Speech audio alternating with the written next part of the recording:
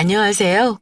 한창 좋을 결혼 초반에 갈수록 시댁과 남편이 싫어져 이혼한 30대 여자입니다. 결혼이란 건 제정신이 아닐 때 하는 거라고 하는데 해보니 정말 맞더라고요. 결혼할 때는 남편만 좋으면 잘 살 줄 알았는데 결혼 2년 차에 시댁과 남편에게 정이 다 떨어져 버렸습니다. 가장 큰 이유는 거지근성에 속물근성까지 있는 남편과 시모에게 질려버려서입니다. 시댁은 친정보다 가난해요. 반면 저희 친정 부모님은 유복하고 물려줄 재산도 꽤 됩니다. 자식한테 경제적으로 바라는 거 없으시고 생일이나 명절 때마다 500씩 1000만 원씩 거리낌 없이 주시는 재력이 있으세요. 부동산만 30억대 자산가이시고 살고 계시는 집이 아버지 소유 건물인데 새 나오는 것만 월 1000만 원이 넘습니다. 결혼할 때 남편도 우리 친정 재산을 알고는 꽤나 놀란 눈치였습니다. 그래서 그런가 남편이 결혼 전에는 저와 친정 부모님께 참 잘했어요. 저는 남편의 속내도 모르고 저를 사랑해서 그런 줄만 알았습니다. 저희 친정 부모님은 평소에는 저한테 연락도 잘 안 하시고 우리 부부 둘만 잘 살면 된다 하시는 분들이십니다. 엄마는 한 달에 몇 번이고 맛있는 제철 음식 같은 걸로 택배로 보내주십니다. 우리 집에만 보내주시는 게 아니라 보내실 때마다 꼭 시부모님도 챙기시는 분들이에요. 그래서 저도 제 용돈에서 엄마 아빠 과일이랑 맛있는 거 생기면 보내드리고 신발이나 옷까지도 종종 챙겨 보내드리곤 합니다. 그런데 시댁에서는 특히 시어머니는 받는 걸 당연하게 생각하고 고맙다는 말 한 번을 안 하세요. 처음에는 말을 잊으셨나 했지만 몇 번 그러고 나서는 친정의 호의를 당연하게 생각해서 그런 거라는 걸 알았습니다. 결혼 초반에 첫 명절 맞이할 때 친정엄마가 백화점에서 한우 세트와 과일을 사서 보내신 적이 있었어요. 어머니 때 갖다 드렸더니 어머님이 대뜸 하신다는 말이 이랬습니다. 고기가 백화점 거라 그런가 너무 좋구나. 요즘 우리 예진이 공부하느라 몸이 비실한데 몸보심 시켜야겠다. 이따 저녁 때 먹어야겠네. 근데 얘, 이건 무슨 한우야? 백화점 거라 좋긴 하다만 횡성 한우는 아닌가 보네? 한우도 브랜드가 있나요?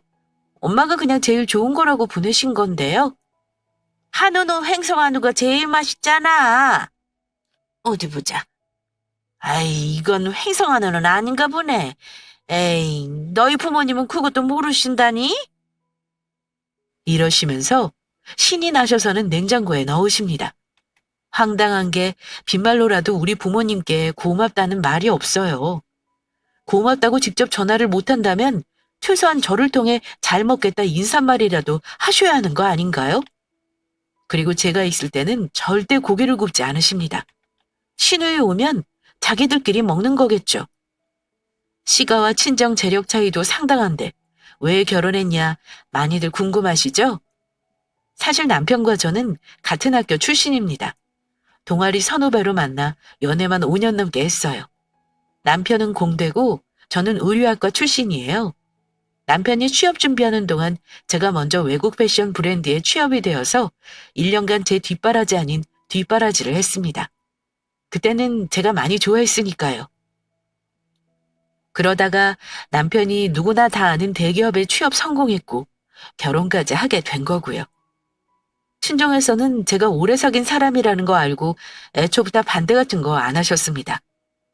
저보다 2살 많은 언니가 아직 미혼이었지만 제가 앞서가는 거 뭐라 하지 않고 결혼 허락하셨고요. 조건만 따지고 보면 제가 훨씬 더 좋았지만 제 눈에는 남편은 못지않게 잘난 남자였어요. 남편은 취업한 지 얼마 안 돼서 모아놓은 돈은 없었지만 솔직히 제 덕에 결혼한 거나 마찬가지입니다. 우리 친정 부모님이 집도 해주셨으니 그야말로 저한테 공짜 장가든 셈이었어요. 본인도 그걸 알고는 있는지 결혼 전부터 저한테 하는 말이 이랬습니다. 결혼하면 장인어른하고 장모님께 진짜 아들처럼 잘할게. 너희 집은 딸만 있는데 내가 아들 노릇 해야지. 정말 그 말 믿어도 되지? 가뜩이나 나 혼자인데 시집가고 나면 우리 부모님 너무 허전하실 것 같아 걱정이었거든. 그럼 당연하지. 사위가 아니라 아들처럼 잘할게.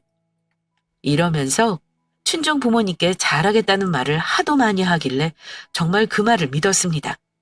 네, 제가 등신 맞습니다. 결혼 저렇게 했어요. 결혼에 손해가 어딨어라는 생각으로 했습니다.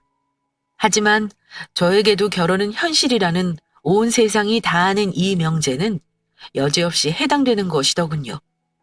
제가 알게 된 시댁 상황이 어땠냐면요. 시부모님 두 분은 노후 준비가 전혀 안 되어 있었습니다. 시집 안 간 시누이는 몇 년째 취업 준비만 하는 상황이었고 버는 돈 없이 전부 우리 남편에게만 의존하고 있었어요. 두 분 다 나이는 60대인데 노후 준비가 안 되어 있으면 뭐라도 일을 하실 법하잖아요. 그런데 남편이 보내주는 용돈으로 생활하십니다. 오롯이 남편이 보내주는 돈이라고 할 수도 없는 게 결혼 전에는 남편 혼자 버는 월급으로 그 집 식구들이 생활했고 결혼 후에는 저와 남편이 월급을 합쳐 300 정도 생활비를 맞춰드립니다. 그러다 보니 남편과 둘이 벌어도 빠듯할 때가 많았어요. 오히려 결혼 전보다 하고 싶은 거 참고 살아야 했습니다. 시누이는 모아놓은 돈은커녕 일할 생각도 없어서 간간히 아르바이트만 하는 걸로 알아요. 제가 봐도 참 답이 없지만 저만 답답해하는 것 같았습니다. 시누이는 외모는 또 반반해요. 학벌도 별로이고 직장도 없는데 참 희한한 게 따라다니는 남자는 많다고 자랑삼아 얘기하긴 합니다. 뭐 그것도 제주라면 제주인 거겠죠. 시부모님은 아주 나쁜 분들은 아니셨지만 제가 느끼기에 약간 뻔뻔한 부분이 있었어요. 특히 시어머니는 본인이 결혼해 살면서 힘들었던 거나 쌓였던 걸 아들을 결혼시키고 나서 보상받고 싶어 하셨습니다. 자기는 예전 시어머니처럼 시집살이 시키고 싶지 않다고 하면서 며느리와 쇼핑도 하고 여기저기 돌아다니고 싶어 하셨어요. 가끔 김치나 반찬 같은 거 챙겨주시기도 하셨는데 그걸 빌미로 오셔서는 꼭 본인이 바라시는 거 한 가지씩은 얻어가십니다. 나는 며느리 부려먹는 건 절대 안 하고 싶어. 내가 너 우리 집에 오면 일 시켜 먹는 거 봤어? 다 네 시누이랑 내가 하자니. 세상에 이런 시어머니 없다. 그건 너도 알지? 주변에서도 나같이 하는 시어머니 없다더라. 근데 요즘은 식구들 다 모여서 밥 한 끼 먹으면 식구가 하나 늘었다고 설거지하는 게 왜 이리 힘들다니? 요즘에는 뭐 식기세척기가 손으로 씻는 것보다 더 깨끗하다지? 그거 하나 있으면 너나 하나 명절에 설거지 걱정은 없겠구나. 얘기하다 보면 세상에 이런 시어머니 없다고 자화자찬을 하시고는 꼭 저렇게 흘리십니다. 그래서 결국은 식기세척기 제가 사드렸어요. 게다가 어머니는 저랑 가깝게 지내고 싶어 하시고 자주 보고 싶어 하시는데 저는 그게 부담스럽습니다. 제 입장에서는 생활비 드리는 게 마지노선이거든요.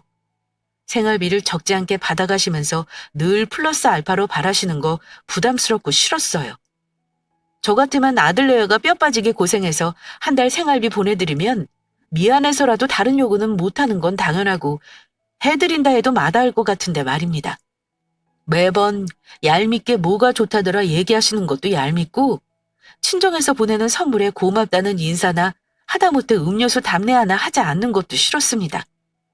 사실 못된 마음이긴 해요. 어떻게 보면 해드리면서 이런 마음 갖는 게 속 좁다는 거 알아요. 제가 친정엄마한테 속상해서 말한 적이 있었는데 엄마는 이러셨습니다. 정 마음이 힘들면 너도 힘든 티 내지 그러니? 얘기 안 하면 시댁에서는 모르는 거야. 우리 집이 여유가 되니까 해주는 줄만 아는 거지. 이렇게 말씀하시긴 했습니다. 하지만 그러면서도 엄마는 늘 시댁에 잘하라는 말을 잊지 않으셨습니다. 남편도 사실 본인 가족 때문에 부담과 스트레스를 받으며 살고 있긴 해요. 빨리 돈을 벌어야 한다는 생각을 늘 하는 사람인 거 알고 있습니다. 그래서 초반에는 저도 별 얘기 안 하고 스트레스 최대한 안 주려고 했어요. 마음도 곱게 먹으려 노력도 많이 했고요. 하지만 자꾸만 친정과 비교가 되는 게 보이니 저도 사람인지라 때로는 열받기도 했습니다. 자기네 집에는 생활비 들이면서 우리 부모님은 여유 많으니까 당연히 안 드려도 된다 생각하는 것도 솔직히 화가 나더라고요. 저희 부모님이 용돈 받더라도 액수가 중요하겠습니까? 부모 생각하는 마음에 감동하시고 돈을 더 보태서 돌려주실 분들이 저희 친정 부모님이십니다. 저희가 어버이날에 처음으로 용돈을 드렸던 적이 있었는데 엄마 아빠는 너무 미안해 하시면서 이 돈을 어찌 쓰냐고 하시더라고요. 그러더니 한 달 후에 저의 차를 바꿔주셨습니다. 남편이 결혼 전부터 타고 다니던 차 오래돼 보인다면서요. 결혼하기 전엔 집안 경제력 격차가 어떤 건지 정말 와닿지는 않았거든요. 근데 생활하면서 바로 느끼겠더라고요. 아, 이런 걸로도 마음이 상할 수 있는 거구나 하고 말입니다. 매달 시댁에 의무적으로 들어가는 돈이 있는 것도 그렇습니다. 이게 은근히 스트레스더라고요. 생활비 외에 어머니가 뭘 더 요구하시거나 바라시는 게 있으면 싫은 마음부터 올라오고 어머니가 하는 연락도 받기 싫을 때가 많았습니다. 저도 결혼 전에는 이런 마음이 생길 줄은 몰랐는데 자꾸만 시댁이 싫어지더라고요. 결혼할 때 시댁 지원은 거의 안 받았던 것까지 떠올리면 더 억울한 마음만 들었습니다. 제가 경제적인 부분에서 양가 비교를 굳이 하는 이유는 결혼하고 얼마 안 돼서 남편이 돈 사고를 한번 친 적이 있었는데 이 일을 수습하는 과정에서 남편에게 크게 실망한 일이 있었기 때문입니다. 그때 남편에게 질리고 나서 부부 사이가 소원해지기도 했고요. 한창 코인이니 주식이니 유행할 때 주변에서 돈 벌었다는 말에 남편도 저 몰래 그런데 투자를 했던 것 같더라고요. 하지만 그렇게 돈 벌기 쉬우면 세상에 가난한 사람이 왜 있겠습니까? 결국 폭락이 왔을 때 남편은 빚까지 당겨서 투자를 하다 푼돈만 남기고 다 날려버린 일이 있었습니다. 5천만 원이 좀 안 되는 돈이었지만 그 당시 우리 부부에게는 만만치 않은 돈이었습니다. 매달 월급에서 시댁 생활비를 드리느라 여윳돈이 얼마 없었던 때였는데 남편이 그런 사고를 치는 바람에 남편과 갈등이 생겼습니다. 정말 진지하게 이혼까지 생각할 정도로 남편과 다퉜어요.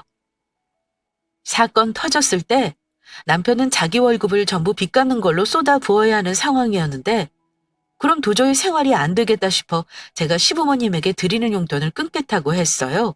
그랬더니 남편이 펄펄 뛰면서 저에게 말한 게 뭐였냐면요. 우리 부모님은 내가 드리는 돈 아니면 생활 못 하시는 거 뻔히 알면서 그래? 여보, 그러지 말고 다른 방법 생각해보자, 어? 다른 방법이 뭐가 있어? 당신 대출도 안 될 거고 모은 돈 가지고 택도 없는 거 알잖아. 그랬더니 이 인간이 머뭇거리면서 한다는 소리가 저기 여보, 장모님한테 좀 도와달라 그러면 안 되는 거야? 건물 월세만 해도 얼마야? 모아둔 재산에서 우리 도와주는 몇 천은 큰 돈도 아닐 거 아니야. 우리 부모님 하시면 걱정하시니까 말씀드리지 말고 당신 부모님께 부탁 좀 해봐. 남편이 우리 친정 부모님에게 돈을 좀 빌려보라는 말을 하는데 확 열이 받더라고요. 양심 좀 있어라. 우리 엄마가 내 월급에서 시어머니 생활비 떼주는 거 아시고 나서는 매달 나한테 용돈 간간히 붙여주시기까지 하는데 내가 또 손을 벌려야 해? 싫으니까 당신이 사고 친 건 알아서 수습해. 당신 부모님한테 빚을 내서라도 빌려달라고 하던가. 우리 부모님이 빚을 어떻게 내? 당장 내 동생 결혼 준비하는데 골치 아프신데 나까지 그럴 순 없어. 이번 한 번만 눈 감고 당신이 나 좀 도와줘. 사실 친정엄마는 결혼하고 나서 제가 그전처럼 백화점에 못 간다는 거 알고 나서 매달 용돈처럼 수시로 돈을 보내주셨습니다. 예쁜 옷 입고 출근하라고 옷 한 벌 값을 보내주시거나 가방 사라고 보내주시거나 시시때때로 보내주셨어요. 시집간 딸이 부모에게 돈 들여도 모자랄 판에 시집 가서도 받기만 하는 것 같아 거절했지만 엄마는 그게 엄마 낙이라는 분이었습니다. 그래도 제가 너무 죄송해서 나중에는 거절했어요. 그런 내 속도 모르고 속없이 사고친 것도 모자라 친정에 돈을 빌리라뇨. 당신 너무 나만 믿고 있는 거 아니야? 미리 말해두는데 우리 부모님한테 기대고 살 생각 하지 마. 결혼할 때 그만큼 도움받았으면서 살면서 우리가 잘해드릴 생각을 해야지. 아들 노릇하도 잘하겠다는 거 당신 입으로 말한 거야? 잊은 거 아니지? 난 절대 우리 친정에 도움 청할 생각 없으니까 알아서 해결해. 솔직히 말해 시댁에서 남편에게 그런 큰 돈을 보태줄 만한 형편이 아닌 거 잘 알고 있긴 합니다. 그런 형편 뻔히 알고 있었기 때문에 결혼할 때 딱히 도움받을 마음도 없었고 살면서도 서운한 거 없었어요. 다만 제가 열받는 건 너무나 당연하게 남편이 우리 친정 부모님 돈을 바란다는 거였어요. 그래서 남편이 친정에 손 벌리라는 거 딱 잘라 거절했습니다. 그랬더니 몇 날 며칠을 저를 들들 볶더라고요. 딱 3천만 원 정도만 해주시면 돈 생기는 대로 바로 갚겠다고 말씀드리면 안 될까? 정말 미안한데 어떻게 좀 안 되겠어? 이러길래 당신 부모님한테는 물어봤어? 다른 방법은 찾아본 거냐고.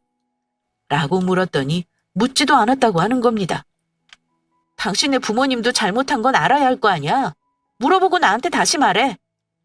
남편이 자기네 부모님한테는 말도 안 꺼냈다고 하니까 더 열받더라고요. 시댁은 가까이 살면서도 시시때때로 자주 모여 밥도 먹고 자기네 식구들 생일 때마다 엄청 챙깁니다. 심지어 시부모님 결혼 기념일까지도 챙겨야 해요. 그런데 우리 집은 조금 멀다는 이유로 자주 가지도 않으면서 아쉬운 소리는 왜 우리 부모님께 해야 하는 건가요? 초반에는 남편의 가족이니까 남편이 자기 식구들 더 챙겨도 이해하려 했습니다. 그런데 어느 순간 보니까 내가 호구인가 싶더군요. 어쨌든 제가 남편 부탁을 안 들어줬더니 결국은 시댁에 얘기를 했나 보더라고요. 우리 부모님이 1,000만 원 정도는 도와주시겠대. 나머지는 당신 부모님한테 빌려달라고 부탁 좀 해봐. 시부모님이 조금은 도와주시겠다고 했다는 말에 저도 그때는 한 발짝 물러났습니다. 화는 당연히 났지만 어쨌든 남편 잘못을 시부모님도 안다는 게 중요해서 나머지는 제가 마련해 주기로 했어요. 물론 그냥 주는 건 아니고 남편이 갚기로 했고요. 그런데 그날 이후로 남편이 얼마나 유치한 행동을 했냐면요. 툭하면 제 옆에서 한숨을 푹푹 쉬며 자기 부모 걱정을 하는 겁니다. 하루 종일 걱정을 했다는 게 맞겠네요. 우리 부모님 돈 없는데 대체 무슨 돈으로 빌려주시겠다 하시는 거지? 그 큰 돈을 어디서 구한 거지 대체? 혹시 뭐 사채 이런 건 아니겠지? 계속 한숨 쉬고 자기 부모님 걱정을 하면서 우리 부모님이 돈 보내주셨을 때는 고맙다, 죄송하다 이 한마디 말하고 끝입니다. 가만 보면 남편은 늘 말로만 우리 부모에게 효도를 하는 것 같았습니다. 제가 부모님에게 때로 고맙다고 얘기하면 엄마는 사위 보고 준 돈 아니고 너 힘들까 봐 준 돈이니까 미안한 마음 갖지 마. 이렇게 말씀하시며 제 마음을 달래주셨습니다. 제가 너무 화가 났던 건요. 자기 부모는 어려운 형편이니까 힘들게 구한 돈이라 귀하고 우리 부모 돈은 당연히 받을 수 있는 돈인가요? 지가 사고쳐서 빚 만들었으면 본인이 해결해야지. 자기 부모고 우리 부모고 여기저기 손 벌리고 심지어 자기 부모님에게는 말도 안 하려 했다는 게 생각할수록 화가 났습니다. 이렇다 보니 나중에 이런 일이 있을 때마다 저한테 자기 책임을 떠넘길 수 있겠다는 생각이 들더라고요. 그런데 제가 그런 마음을 갖고 있어서 그런 건지 살다 보니까 자꾸만 서운할 일이 생기더라고요. 그 일 겨우 수습하고 나서 얼마 지나지 않아 친언니가 결혼하게 되었습니다. 친정 부모님은 같은 연도에 자식 결혼 2번 시키는 건 민폐라면서 해를 넘겨서 결혼 날짜를 잡았어요. 저 결혼할 때 언니는 대학원 다니면서 버는 돈 없으면서도 저한테 200만 원을 해줬습니다. 저도 도움을 주고 싶었는데 언니가 가전으로 해달라기에 사고 싶다는 냉장고를 장만해줬어요. 근데 제가 냉장고 장만해주는 거 보고 남편이 얼마나 인색하게 굴었는지 모릅니다. 너무 비싸다는 둥, 자기 동생 결혼할 때도 그 정도는 해줘야겠다는 둥 지랄을 했지만 싹 다 무시하고 제 돈으로 해줬어요.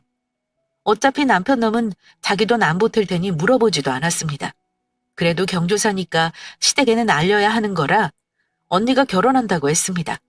시댁 수준이면 경조사비 한 30만 원 정도 하시겠거니 했어요. 하지만 언니 결혼식 앞두고 시어머니가 저 부르시더니 결혼식에 못 간다고 하시더라고요. 사정이 있어서 네 언니 결혼식에 참석은 못한다만 축하한다고 전하렴.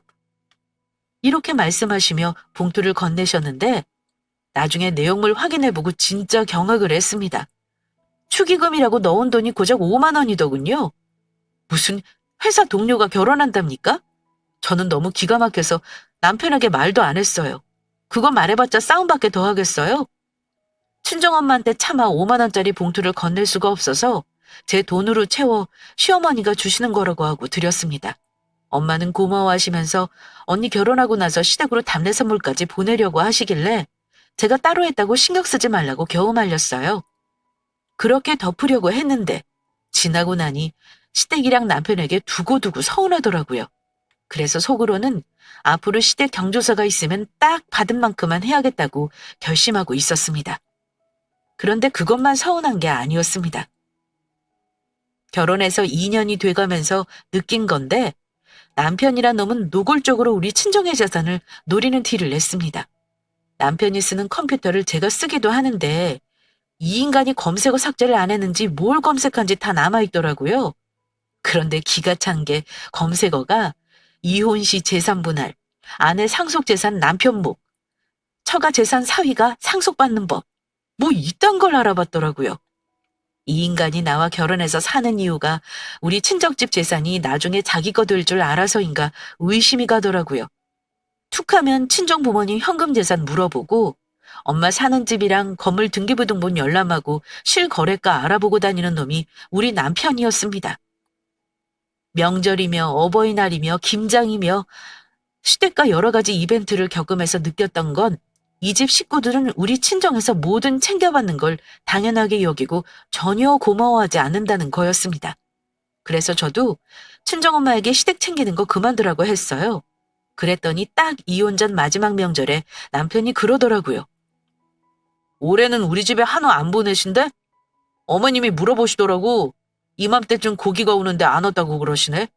어머니가 고기 좋아하시니까 기다리고 계신 것 같더라. 내가 보내지 말라고 했어. 맨날 우리 부모님만 보내고 당신은 신경도 안 쓰잖아. 그럴 필요 없다 했어. 신경 안 쓰다니. 우리도 과일 보내드렸잖아. 말은 똑바로 하자. 그게 우리 부모님 보내드리려고 따로 산 거 아니잖아. 선물 보내온 거 들고 가라는 게 정성껏 준비한 거야? 그냥 안 주고 안 받게 할 거니까 그런 줄 알아. 그랬더니 자기 부모님을 무슨 거지 취급한다면서 되게 기분 나빠하더라고요. 부부싸움 하면서 말 곱게 안 나가잖아요. 우리 둘 다 자기네 부모 얘기하면서 말 험악하게 하며 싸웠습니다. 남편과 저는 살면서 정이 깊어지기는커녕 점점 멀어졌고 급기야 각방을 쓰기까지 했습니다. 각방 쓴 건 남편이 먼저 시작했어요.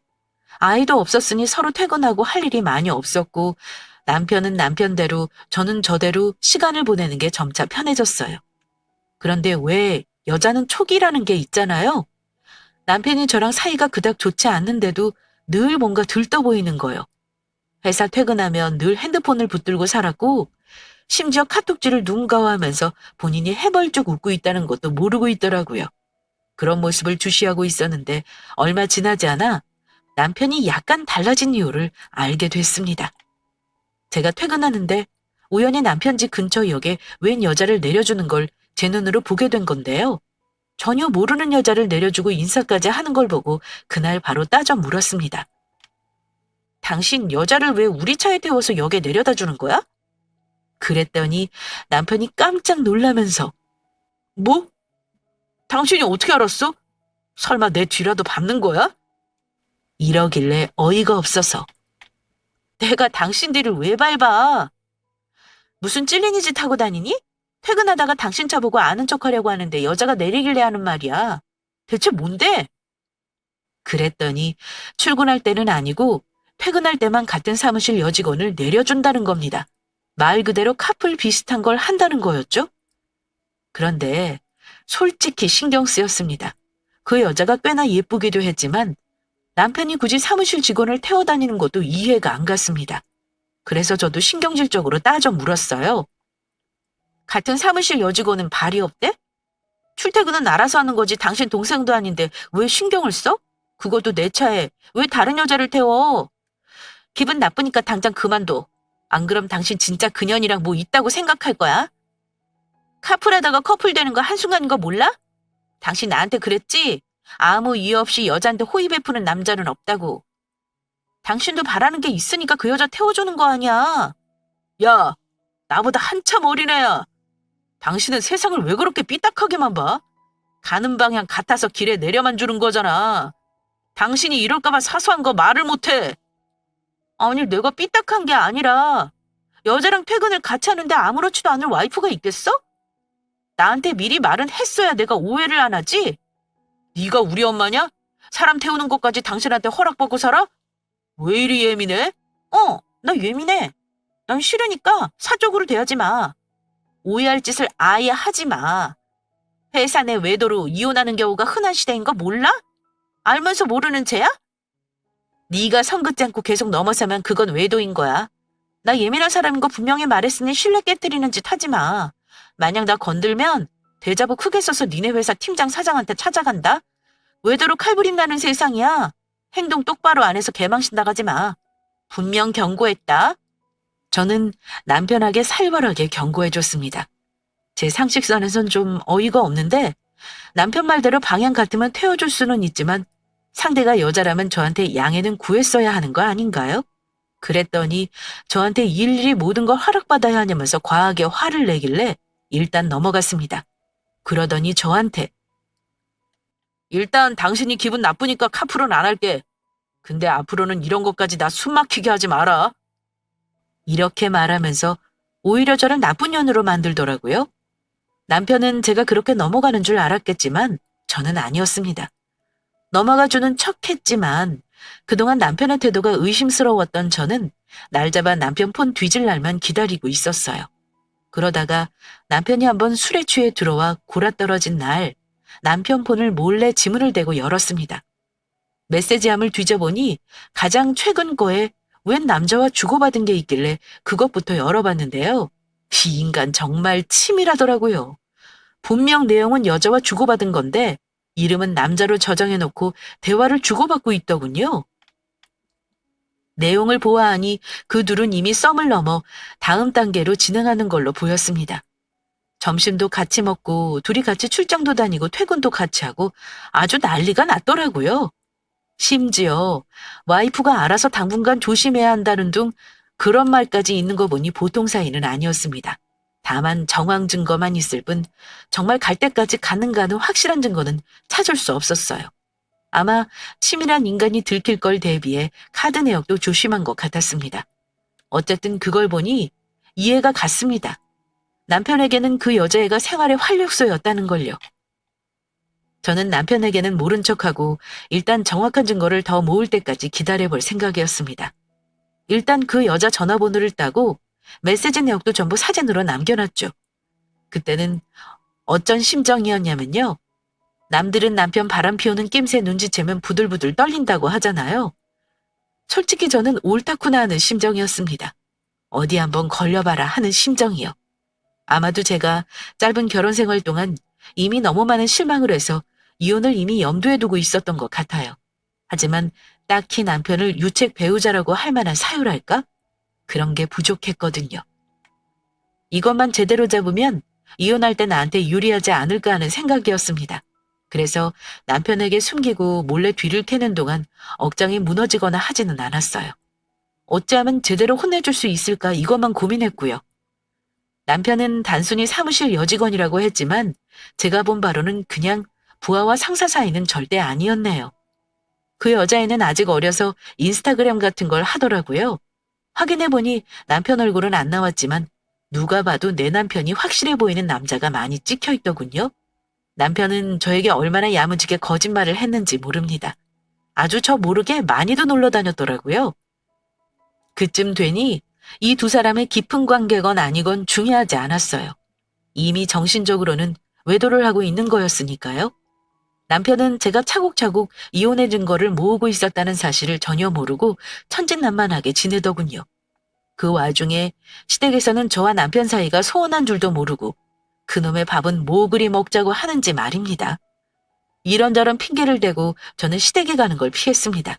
하지만 시누이의 결혼을 앞두고 어쩔 수 없이 상견례니 뭐니 며느리 역할이 필요한 곳에 갈 수밖에 없었습니다. 아직은 때를 기다려야 했을 때라 군말 없이 가족 행사는 참여했어요. 시누이 결혼을 앞둔 어느 날 친정엄마가 연락을 하셨더라고요. 축의금 100만 원 보낼 테니까 시어머니 미리 드리렴. 그래야 너도 체면이 살지. 엄마는 또 시댁 경조사까지 챙기려 하시길래 마다했습니다. 엄마, 그럴 필요 없어. 내가 많이 하니까 그냥 조금만 해요. 한 10만 원 정도만 해도 충분해. 뭐? 그래도 그건 아니야. 이건 엄마가 하는 거니까 군말 말고 들여라. 엄마는 경우가 아니라고 했지만 시모가 우리 언니 결혼할 때 5만 원 한 거 생각하니까 열불이 나서 안 되겠더라고요. 엄마한테 차마 말은 못하겠지만 100만 원은 너무 과하다고 겨우 말려서 30으로 합의 봤습니다. 남편에게 미리 친정엄마가 보낸 축의금을 전해줬어요. 신우이에게 바로 계좌이체 하려다가 그래도 봉투에 담아주는 게 나을 것 같아 남편에게 전해달라 부탁했습니다. 그런데 제 봉투를 받아든 남편이 바로 그 자리에서 액수를 확인해보고는 썩은 표정으로 뭐라는 줄 아세요? 우와, 네 친정 진짜 너무하네. 30? 설마 이거 정말 30만 원이야? 이러면서 황당한 표정을 짓는 겁니다. 왜? 내가 10만 원도 많다 그랬는데 엄마가 우겨서 30으로 하신 거야. 뭐 문제 있어? 당신 일부러 이래? 내 동생 결혼하는데 당신 집에서 고작 30만 원이 뭐야? 이럴 거면 차라리 하지를 말던가. 정말 장모님이 이것만 주신 거 맞아?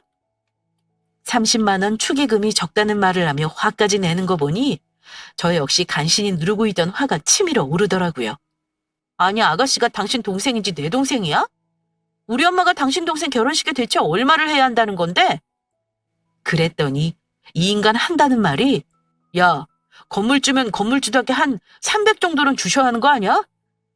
있는 사람이 더 한다더니 장모님 고작 나한테 마음 씀씀이가 이것밖에 안 되시는 거야?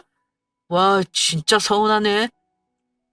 지가 우리 부모한테 뭘 얼마나 했다고 저 따위를 말을 한답니까? 웃기시네. 300만 원? 우리 엄마가 왜 네 동생 결혼하는데 300을 쓰냐? 뭐 받은 게 있어야 그 정도 하지. 너네 집은 거지라서 우리 언니 결혼할 때 5만 원 보냈냐? 5만 원 보낸 거에 30만 원 갚는 건데 고마운 줄은 모르고 300 같은 소리 하네. 우리 집에 돈 맡겨놨어? 친정집에는 돈 쓰는 거 아까워하면서 뭘 그리 바라는 게 많은 건데. 30 먹고 떨어지던가 그것도 싫으면 결혼 때려치워. 너한테도 질리고 너네 집 식구들한테도 진짜 질린다. 아마 제 말이 전곡을 확 찔렀을 겁니다. 구구절절 맞는 말인데 지가 무슨 말 대답을 하겠어요? 혼자 대꾸도 못하고 씩씩거리더니 고작 한다는 소리가 네가 이러니까 우리가 같이 사는 재미가 없는 거야. 매사 따지려 들고 예민하게 구는데 남자가 기분이 좋겠냐? 다 형편에 맞춰서 하는 건데 뭐. 우리 엄마가 5만 원 했으니까 그런다고? 이런 식으로 남자 자존심을 뭉개하겠어? 너 이러면 남자가 마음 못 붙이는 거야. 그걸 모르냐? 이러길래 마침 말 잘 나왔다 싶어서 아예 저도 하고 싶은 말 해버렸습니다. 더 미룰 것도 없었고요.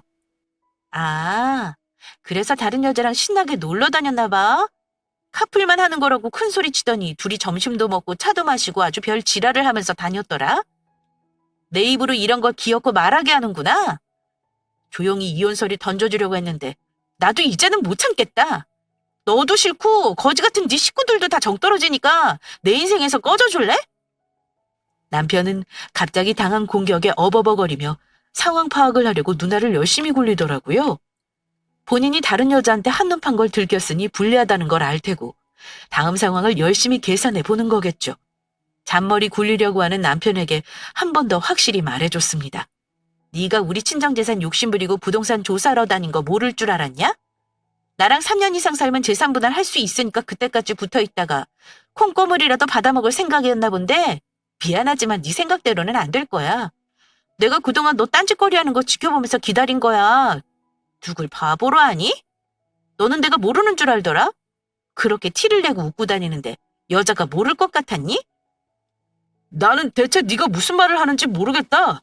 나는 모르는 일이야. 사람을 뭘로 보고 그런 말을 해.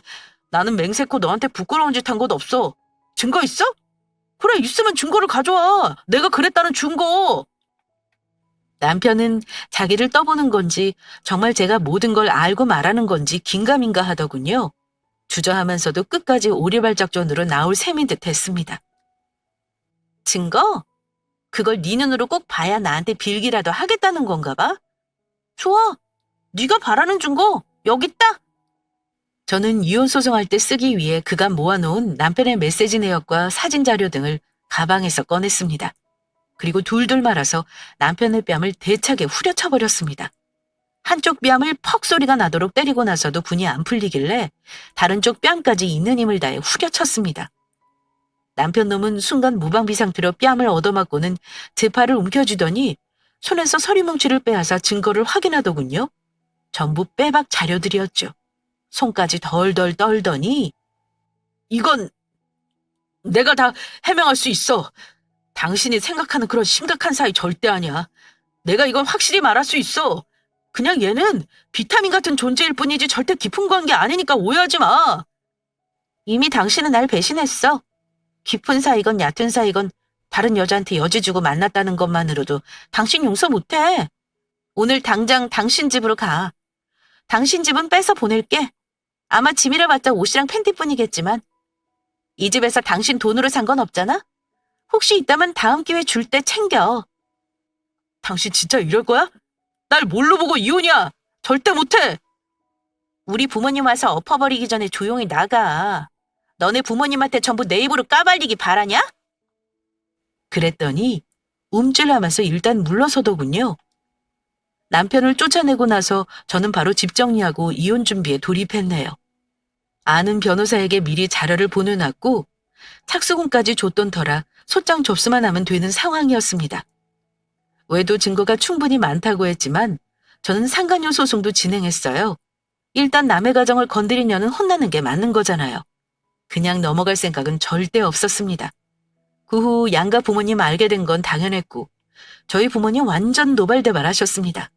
그동안 사이라고 제 시댁이라고 마음 써주신 거 배신감 엄청나게 느끼셨어요. 어머니는 더 웃겼습니다. 집에까지 찾아와 다짜고짜 이러셨습니다. 우리 아들이랑 이혼하겠다고?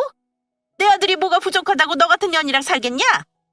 집 좀 잘 산다고 그렇게 내 아들을 무시했다며? 그러니 남자가 한눈을 팔지. 잘 생각해봐라. 이혼하면 여자만 손해야.